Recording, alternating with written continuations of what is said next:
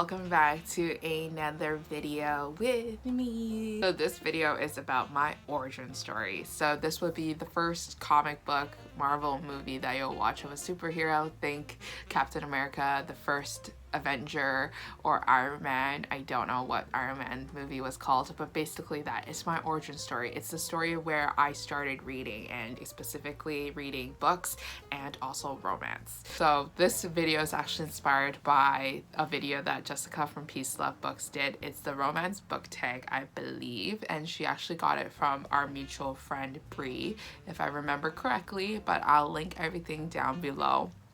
But basically, I'm not going to do the whole tag because the whole tag's very long and I don't have the brain power to think of all those books. But I will show you or tell you my origin stories of how I actually got into reading and reading different genres like young adult and also romance. The story begins where I was, I think, like grade 4, grade 5, and I was just, you know, a kid, a twerp, a jerk. And I was at my cousin's house, and I just remember my cousin telling me how she got into a new hobby and she started reading, and she loves reading because it transported her into a different world, and she was telling me how interesting it was to read, and I thought she was a loser. And the reason why I thought she was a loser was because back then a lot of the shows that we were watching, cartoon shows, had very stereotypical characters who, if you're nerdy, you read, if you're a loser, you read, and if you do this, you read. And it's just like this like mindset that I was living and breathing in when I was watching all these TV shows had made me believe that if you're a reader, you're a loser too. So that's why I thought she was a loser, not because she was actually a loser. It was just because I was a kid and I was dumb. So we lived like a block away from each other, and one time she called me and she went like, hey, I'm going to the library that's going to be, you know, en route, like past your house. Do you want to come with me? And I was like, in the summer, I was bored, you know, I had like the 2-month vacation, I was like bored, and I was like, okay, sure, like I'll go with you, like we'll see how bad it is, right? So we go to the library, and I'm like still reading my picture books, and I'm like, yeah, I'm gonna read these picture books, but I kind of wanted to start reading these middle grade novels. And then that's where I started picking up The Babysitter's Club, obviously, and I realized how much I love that series. And then I started reading different middle grade novels that I completely forgot about now, but I'll put like images up here so you guys can know what I'm talking about. I think I was also talking to Jessica about Madison Finn and how she used to read Madison Finn novels a lot too, and that's what I did.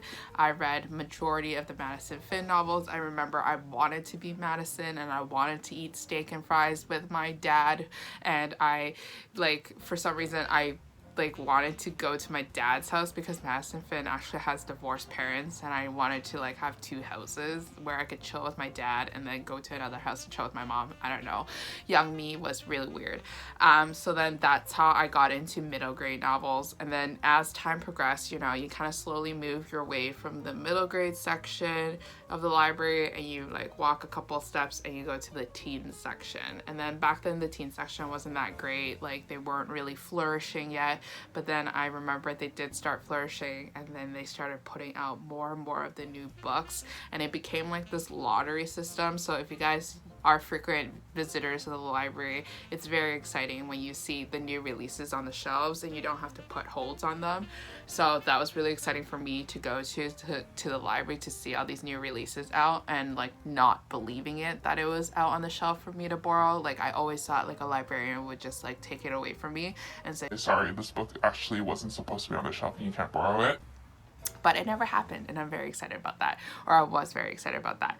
So I started reading like a lot of young adult novels, like specifically a lot of vampire romances, because back then when I was a kid or a teenager, there was a lot of romances with vampires and supernatural things and paranormal books. So I was really into it, and yes, that was the phase where Twilight came into existence, but not yet, I imagine, because it didn't come into existence until I was in high school, and this was still when I was in middle grade.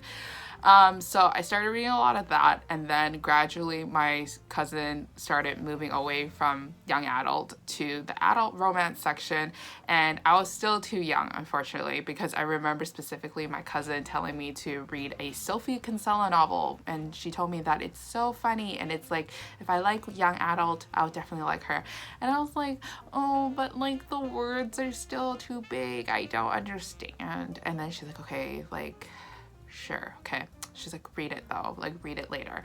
So gradually as my vocabulary started improving and I could actually understand what I'm reading and my brain cells multiplied from 1 to 2, I picked up my first romance novel, and I believe it was probably like a Sophie Kinsella novel that really hooked me right into romance. And I was like, okay, I want to read more romance. And obviously they're the more tamed romances because I was a child back then. But then as I started dabbing my feet into more and more romances, 50 Shades of Grey came out, you know, and then that sparked this whole era for me where I was like, give me sex in books? And then that just kind of like erupted, and like I went crazy that summer and I just read so much romance, and it was just crazy. I don't really remember anything anymore. Everything's a blur, you know. And I also specifically remember my cousin going like, you should try out historical romances too. And I was like I just understood contemporary romance. Now you want me to like read old people writing? Like, oh, this is just gonna be so hard for my 2 brain cells.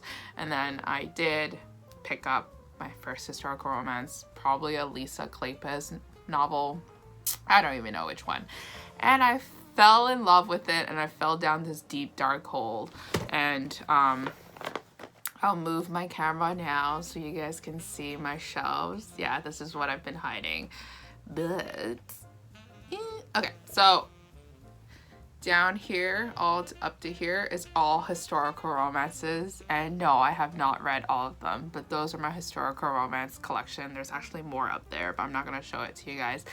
So this is what I've become. I went from, I can't understand historical romances, and like the way that they speak and the way that they do things is very confusing to me. I don't get it. I don't want to read this, to let me just own like 300 copies, like 300 books and more, you know. Like it doesn't, you know, it surprises you. So you go from reading is for losers to buying all those books, and that's consumerism at its finest. This is a really bad angle. So yeah, that is my origin story of how I got into reading. It is all thanks to my cousin who went from, let's go to the library, to holy shit, how many books do you have? Maybe you should stop. But I hope you find this story interesting, just as I did with Jessica's video. Oh yeah, that is my origin story. So if you guys have an origin story, definitely do it yourself. Upload a video, because I want to know why you got into reading or how you got into reading, and tag me.